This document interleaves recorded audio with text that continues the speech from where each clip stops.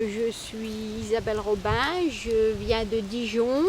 Je me suis installée dans le Lot-et-Garonne il y a une dizaine d'années et je me suis spécialisée dans la peinture animalière, de la nature, pour promouvoir un peu le respect des choses comme les arbres, les espèces en voie de disparition. Eh bien d'abord, nous sommes dans une région où la nature est très présente par rapport aux grandes villes et puis les gens y sont sensibles et il y a des variétés d'oiseaux et il y a encore beaucoup de choses authentiques par rapport à par exemple des villes où la pollution envahit un peu tout.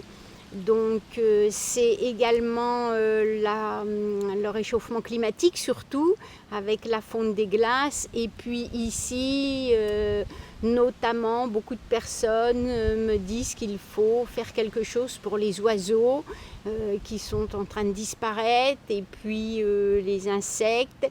Donc je ne pouvais faire autrement que de me lancer dans des grands projets qui d'ailleurs auxquels j'associerai d'autres personnes. Et j'ai voulu avant montrer le réchauffement climatique et ce qui se passe maintenant, mais il y a des années que je travaille dessus parce que les cyclones, les tempêtes et puis les scènes de désolation, c'est ce que l'on va trouver de plus en plus dans l'avenir. On le voit maintenant et je pense que ça va encore s'amplifier, c'est pas prêt de s'arrêter. Donc je voulais travailler là-dessus.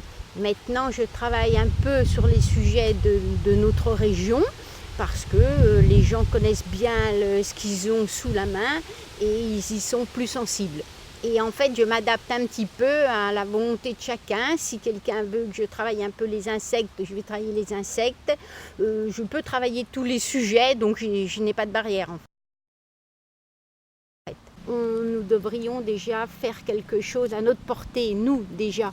Si tout le monde fait quelque chose, soit pour nettoyer la nature, soit pour essayer de sauver des espèces, replanter des arbres, des haies, etc. Beaucoup de haies, il faudrait planter des haies. Eh bien déjà, au niveau politique, ça peut bouger si les gens s'y mettent. Si tout le monde s'y met, au niveau politique, ils vont bouger. Voilà. Mais sinon, ils ne bougeront pas forcément. Ils n'ont pas d'intérêt particulier. Si ça ne leur apporte pas, ils ne bougeront pas. Voilà. En fait, j'ai toujours fait des actions depuis toujours, même avant d'habiter dans le Lot-et-Garonne. J'ai toujours été très nature, très bio, très locale. Je milite. Alors qu'avant, je ne militais pas, c'est-à-dire je faisais pour moi. Maintenant, je milite et je dis aux gens, si vous voulez que ça change, mangez local, par exemple. N'achetez que local. Et puis, je leur dis également, triez beaucoup. Et puis aussi, dans les jardins, je leur dis de mettre des arbres avec des graines pour les oiseaux en hiver. Et puis, de préserver au maximum, pas de pesticides, pas de moins possible d'engrais, de choses comme ça. Parce que c'est possible. Alors donc je milite maintenant, je casse les pieds à tout le monde et alors il y en a qui disent oui t'as raison, puis il y en a qui me disent tu nous embêtes avec tes histoires, donc c'est tout. Mais quand même je parle. Donc nous on fait quelque chose là, mais le relais c'est les jeunes en fait. Il faut que les jeunes prennent leur avenir en main et il faut tout éveiller les consciences, voilà. C'est pour ça qu'il faut exposer, il faut faire des expositions pédagogiques avant de faire des expositions simplement pour une peinture, bêtement exposer des peintures pour rien. Il faut plutôt faire des expositions pédagogiques. L'art doit devenir maintenant une pédagogie avec un but. Voilà, ne pas exposer des fleurs, des arbres pour rien. Maintenant, si on expose des arbres, c'est pour expliquer quels sont les arbres à planter, etc. Voilà, c'est que l'on travaille tous ensemble, mais pour la planète, pour leur avenir en fait. C'est l'avenir des jeunes, ils l'ont entre leurs mains.